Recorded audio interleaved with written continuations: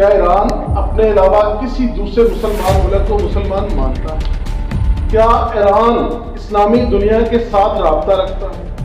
ایران تو اپنے علاوہ کسی کو مسلمان بھی نہیں مانتا.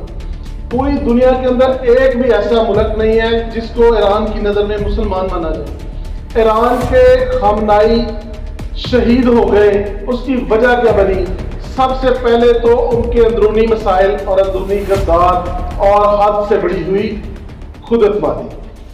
آج اس موضوع پر جب ہم بات کریں گے میں بتاؤں گا غدار کون سے تھے اور یہ مسلمانوں کی جنگ ہے یا نہیں ہے، خامنائی کو شہید کروانے والے کون لوگ تھے، ایران مسلمان ملک بھی ہے یا نہیں، اس پر ذرا بات کرتے ہیں. ذرا تفصیل سے پوائنٹ بائی پوائنٹ اس کو ہم ڈسکس کرتے جاتے ہیں.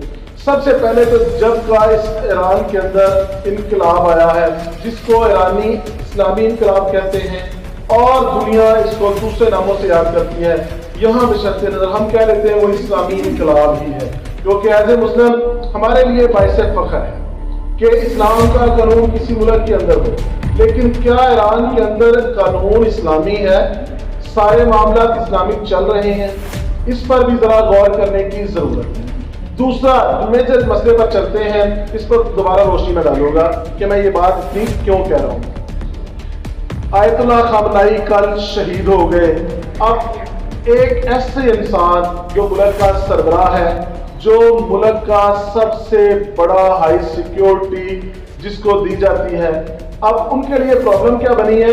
ایک ملک ان پر اٹیک کرتا ہے اور وہ ملک ٹھیک اسی جگہ اسی وقت اسی طریقے سے ہٹ کرتا ہے اور خامنائی صاحب شہید ہو جاتے ہیں. اس کا مطلب کیا ہے؟ وہی کربلا کی پرانی کہانی، کربلا کا پرانا قصہ. ایران کی سرزمین غداروں سے ہمیشہ بھری رہتی ہے اور انہی غداروں نے محترم آیت اللہ خامنائی کو شہید کروانے میں سب سے اہم کردار ادا کیا. ایران کے جنرل سپہ سالار وہ بھی اسی طرح سے حملے میں شہادت نوش کرتے.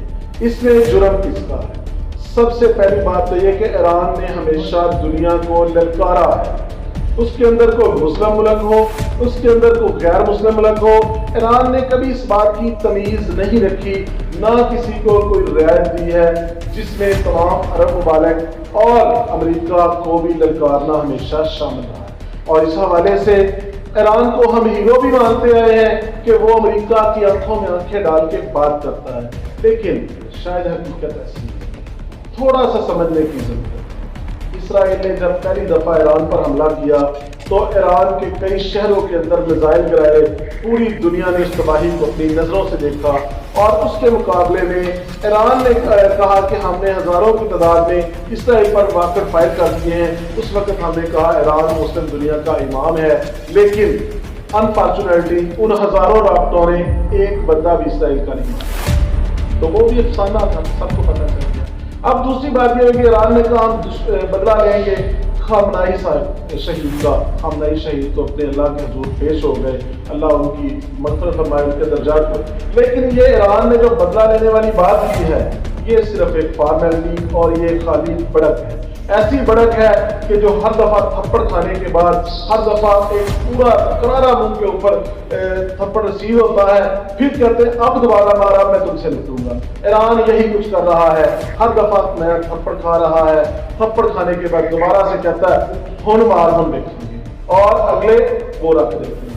ایران کی خود اعتمادی نے، بڑی ہوئی نعروں نے اور بے بنیاد باتوں نے کیا کیا؟ سب سے پہلے ایران کے 35 سائنسدان شہید کروائے، ایران کے سپہ سالار کو شہید کروایا، ایران کے اندر جو سپریم لیڈر تھے خامنائی صاحب ان کو شہید کروایا. ایران کے اندر جتنے اہم ترین لوگ تھے ان کی شہادت ہوئی. اس کی وجہ خالی بڑکیں تھی. ایران کے پاس تھا کچھ نہیں. پنجابی کے اندر اس کی ایک مثال دی جاتی ہے کہ خالی پانڈے پودے کھڑکتے ہیں. تو اسی طرح ایران کے پاس تھا کچھ نہیں، ایران نے بڑکیں زیادہ مار دی اور نقصان یہ کر. اس کے بعد یہ پنجابی کی ایک اور مثال ہے، ڈگا کھوتے تو غصہ تو میں آتے ہیں. ایران نے یہی کچھ کیا. ایران پر حملہ کیا امریکہ، ایران پر حملہ کیا ہے اسرائیل نے. اب ایران نے کیا کیا ہے؟ میزائل مار دیے قطر میں، میزائل پھینک دیے سعودی عرب میں، میزائل پھینک دیے UAE میں، میزائل پھینک دیے اسلامی ممالک میں.